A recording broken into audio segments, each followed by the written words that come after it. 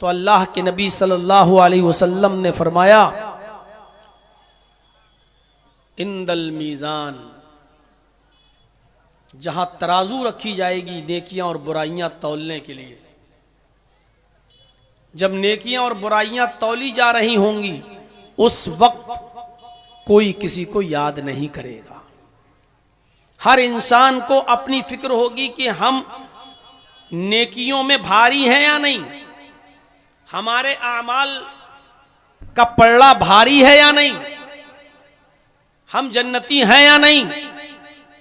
जब तराजू रखी जाएगी, नेकियां और बुराइयां तौली जाएंगी, तो उस वक्त कोई किसी को याद नहीं करेगा। सबको अपनी अपनी फिक्र होगी, अपनी अपनी टेंशन होगी सबको। एक तो इस मौके पर कोई किसी को याद नहीं करेगा, और फिर अल्लाह के नबी सल्लल्लाहु अलैहि वसल्लम फरमाते हैं पुल सरात पर कोई किसी को याद नहीं करेगा, किसी को किसी की फिक्र नहीं होगी, क्योंकि पुल सरात जहन्नम के ऊपर होगा और हर शख्स को पुल सरात के ऊपर से गुजरना होगा। अगर दुनिया में अच्छे अमाल नहीं किए तो उसका हाथ छूट जाएगा और वो सीधे जहन्नम में गिर जाएगा, और जिसके अच्छे अमाल रहे होंगे वो पलक झपकते ही उस पुल सरात को पार कर जाएगा। तो जिस वक्त पुल सरात पर इंसान को गुजारा जाएगा उस वक्त कोई किसी को याद नहीं करेगा। हर शख्स ये चाहेगा कि मैं आसानी के साथ पुल सरात से गुजर जाऊं।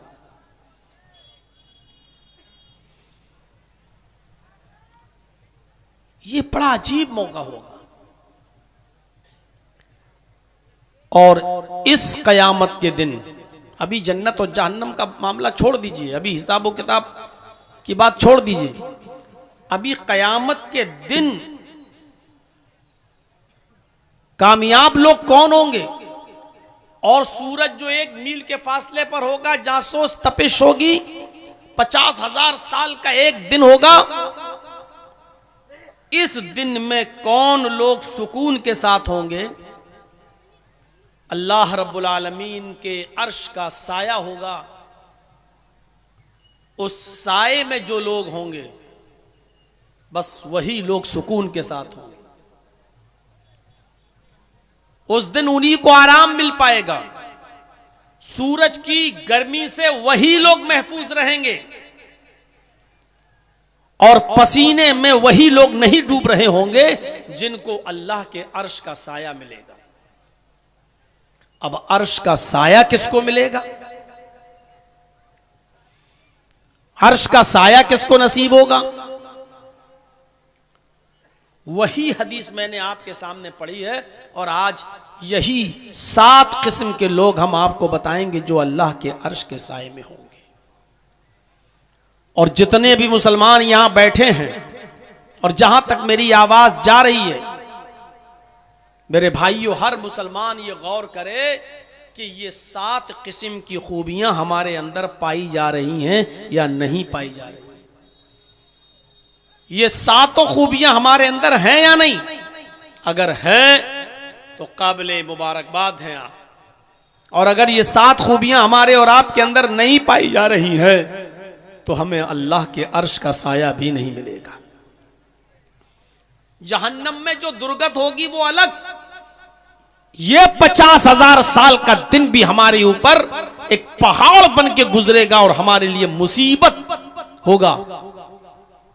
इसलिए ये 7 खूबियां अपने अंदर पैदा करने की कोशिश कीजिए।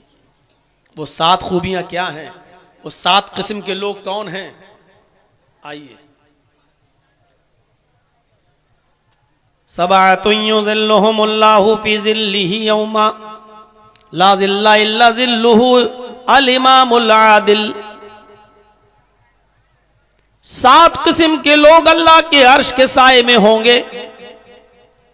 यौमा ला ज़िल्ला इल्ला ज़िल्लुहु, उस दिन अल्लाह के अर्श के साए के अलावा कोई दूसरा साया नहीं होगा।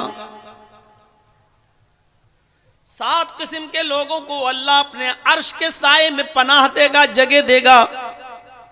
यौम ला ज़िल्ला इल्ला ज़िल्लुहु, उस दिन अर्श के साए के अलावा कोई साया ना होगा। अल इमामुल आदिल, अदलो इंसाफ करने वाला अमीर, अदलो इंसाफ करने वाला इमाम, अदलो इंसाफ करने वाला हुक्मरां, हाकिम वक्त, पहला शख्स। वशाबुन नशा फी इबादत रब्बी, दूसरा वो नौजवान जो अपने रब की इबादत में लगा हुआ है, वो नौजवान जिस का मिजाज सिर्फ अपने रब की इबादत करने क्या है, बस वो अपने रब की इबादत में लगा हुआ है। तीसरा वरजुलुन कल्बुहु मुअल्लकुन फिल मसाजिद, वो आदमी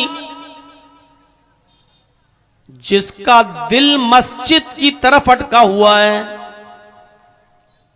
अभी जोहर पढ़ के आया, घर पे काम कर रहा है, उसका दिमाग लगा है असर का वक्त कब होगा। असर पढ़ के निकला है, कुछ काम कर रहा है, बार बार घड़ी देख रहा है, बार बार आसमान की तरफ देख रहा है कि मगरिब का वक्त कब होगा। जिसका दिल मस्जिद की तरफ लगा हुआ है। 3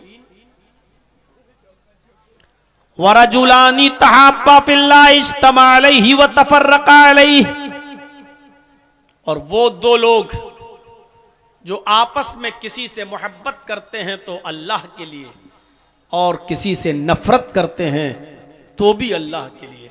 अपना जाती मफाद और अपनी जाती दुश्मनी नहीं होती है। अगर किसी से दोस्ती है तो अल्लाह के लिए, और अगर किसी से दुश्मनी भी हुई है तो अल्लाह के लिए।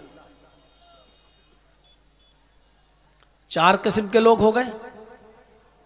5वां शख्स याद कीजिए, 5वां नौजवान, 5वां आदमी। वरजुलुन तलबतहु इम्राअतुन ज़ात मनसबिन व जमाल फ़क़ाल इन्नी अख़ाफ़ुल्लाह, वो नौजवान आदमी, वो शख्स जिसको किसी खूबसूरत और हसीन और जमील औरत ने और इज्जतदार और शरीफ खानदान की औरत ने उसको गुनाह करने की दावत दी, उसको बुराई की तरफ बुलाया, उसको अपनी तरफ माइल किया, उसको अपनी तरफ लुभाना चाहती है, उसके साथ मुंह काला करने की दावत दे रही है, उसके साथ जिना करना चाहती है और उसको बुला रही है, उसको दावत दे रही है गुनाह करने की। और इस आदमी ने उसकी दावत के मिलने के बाद, उसकी तरफ से निमंत्रण मिलने के बाद, न्योता मिलने के बाद, बुराई का मौका होने के बावजूद उस औरत को झाड़ते हुए, फटकारते हुए कह दिया, दूर हट, इन्नी अखाफुल्लाह, मैं अल्लाह से डरता हूं।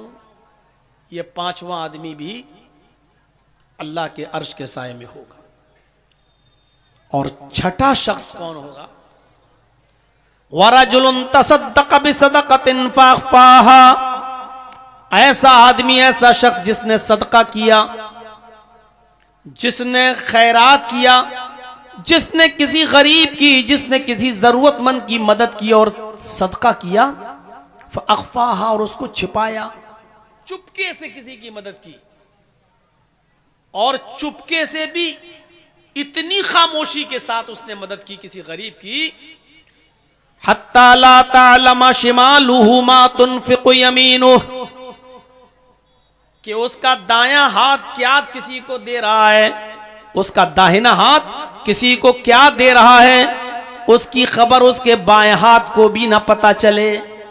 यानी चुपके से आप बाप ने किसी को कुछ दिया, बेटे को भी पता नहीं चला, शौहर किसी की मदद कर रहा, बीवी को भी पता नहीं चल रहा है, और उस आदमी को भी बदनाम नहीं कर रहा है जिसकी वो मदद कर रहा है। यानी चुपके से किसी की मदद की, दाएं हाथ से दिया, बाएं हाथ को भी खबर नहीं हुई, ये आदमी भी कयामत के दिन अल्लाह के अर्श के साए में होगा। और आखिरी शख्स, 6 हो गए, लास्ट, वरजुलुन ज़करल्लाह खालियन फफाज़त ऐना, वो सातवां आदमी भी अल्लाह के अर्श के साए में होगा जिसने अल्लाह को अकेले में याद किया, जिसने अल्लाह को तन्हाई में याद किया, जिसने अल्लाह का जिक्र तन्हाई में किया, जिसने अल्लाह को तन्हाई में याद किया, अकेले में, रात की तारीकी में, रात के अंधेरे में पूरी दुनिया सो रही है, उसकी बीवी सो रही है, उसके बच्चे सो रहे हैं सब, और वो उठा, वुजू बनाया और घर के कोने में रो रहा है, अल्लाह को याद कर रहा है, अल्लाह के अजाब को सोच सोच कर, अजाब कब्र का तसव्वुर कर करके, जहन्नम के बारे में सोच सोच कर, मैदान महशर की जासूस तपिश के बारे में सोच सोच कर अल्लाह का जिक्र कर रहा है और अल्लाह को याद करते हुए रो रहा है। उसके आंखों से आंसू बह पड़े, फफाज़त ऐना, अल्लाह के अज़ाब का तसव्वुर करते हुए, अल्लाह का जिक्र करते हुए उसकी आंखों से आंसू बह पड़े और रो दिया। तो ऐसा अल्लाह का जिक्र करके जिसकी आंखों के आंसू गिर पड़े, जमीन के ऊपर टपकने लगे, रोने लगा, ऐसा आदमी भी अल्लाह के अर्श के साए में होगा। ये 7 किस्म के लोग, इनमें पहला शख्स उठाइए। अब कितनी गौर से सुन रहे हैं आप, किसी को खड़ा करके पूछें कि मैंने 7 लोग बताए हैं, कौन कौन हैं? अभी बताए ना। अगर किसी को खड़ा करके पूछूं तो अभी 4 आदमी भी नहीं गिना पाएगा कोई। पहला शख्स अल इमामुल आदिल, अदलो इंसाफ करने वाला अमीर, हाकिम वक्त। और याद रखिए, सब हाकिम है, हाकिम सिर्फ वही नहीं है जो हुकूमत चला रहा है, आप भी अपने घर के हाकिम हैं। अल्लाह ताला ने मर्द को औरत का हाकिम बनाया है। अर्रिजालु कव्वामूना अलन निसा, मर्द औरतों पर हाकिम है। बाप अपनी औलाद पर हाकिम है। भाई आप बाप हैं, 4 बेटे, 2 बेटियां, 3 बेटियां हैं ना आपकी, आप उनके हाकिम हैं। अब आप इंसाफ करते हैं या नहीं करते? अपनी बीवी के साथ, अपने बच्चों के साथ? माफ कीजिएगा, अगर आपने अपनी औलाद के साथ इंसाफ नहीं किया तो अल्लाह के अर्श का साया नहीं मिलेगा। बुनियाद ही गिर रही है। जन्नत जहन्नम बात की बात है, बुनियाद ही में फेल हो रहे हैं। हजरत नौमान इब्ने बशीर रजी अल्लाह ताला अन्हु फरमाते हैं कि एक बार मुझे मेरे बाप, मेरे वालिद अल्लाह के नबी जनाब मोहम्मद रसूलुल्लाह सल्लल्लाहु अलैहि वसल्लम की खिदमत में ले गए। अल्लाह के नबी सल्लल्लाहु अलैहि वसल्लम के पास ले गए। कौन? नौमान इब्ने बशीर के बाप। नौमान इब्ने बशीर फरमाते हैं कि मुझे मेरे बाप हाथ पकड़ कर लेकर गए और अल्लाह के नबी सल्लल्लाहु अलैहि वसल्लम की खिदमत में पहुंचे और अल्लाह के नबी मोहम्मद रसूलुल्लाह सल्लल्लाहु अलैहि वसल्लम से फरमाने लगे, आए अल्लाह के नबी, हाजा इब्नी, ये मेरा बेटा है। आए अल्लाह के नबी, ये मेरा बेटा है। मेरे पास एक गुलाम है जो मेरा गुलाम है, वो गुलाम मैं अपने बेटे को गिफ्ट कर रहा हूं, वो गुलाम मैं अपने बेटे को दे रहा हूं, वो गुलाम आज के बाद मेरे बेटे का होगा। अय अल्लाह के नबी सल्लल्लाहु अलैहि वसल्लम, आप गवाह बन जाइए कि मैं अपने बेटे को गुलाम दे रहा हूं। बाद में अगर कोई झगड़ा हो, कोई उस पर दावा ठोके, तो आप गवाही दे दीजिएगा कि नहीं, मेरे सामने नौमान इब्ने बशीर के बाप ने अपना गुलाम अपने बेटे को दिया था। नबी अकरम सल्लल्लाहु अलैहि वसल्लम ने नौमान इब्ने बशीर के बाप से पूछा, क्या तुम्हारे और भी बच्चे हैं, और भी बेटे हैं? उन्होंने जवाब दिया कि हाँ, हमारी और भी औलादें हैं, हमारे और भी बेटे हैं। फरमाया, क्या तुम उनको भी एक एक गुलाम दे रहे हो? क्या तुम उनको भी एक एक गुलाम दे रहे हो? नौमान इब्ने बशीर के बाप ने फरमाया नहीं, मैं सिर्फ अपने इसी एक बेटे को, एक गुलाम है वो मैं इसको हिबा कर रहा हूं, वो मैं इसको दे रहा हूं। अल्लाह के नबी जनाब मोहम्मद रसूलुल्लाह सल्लल्लाहु अलैहि वसल्लम फरमाते हैं फिर अपने इस बच्चे से भी वो गुलाम ले लो।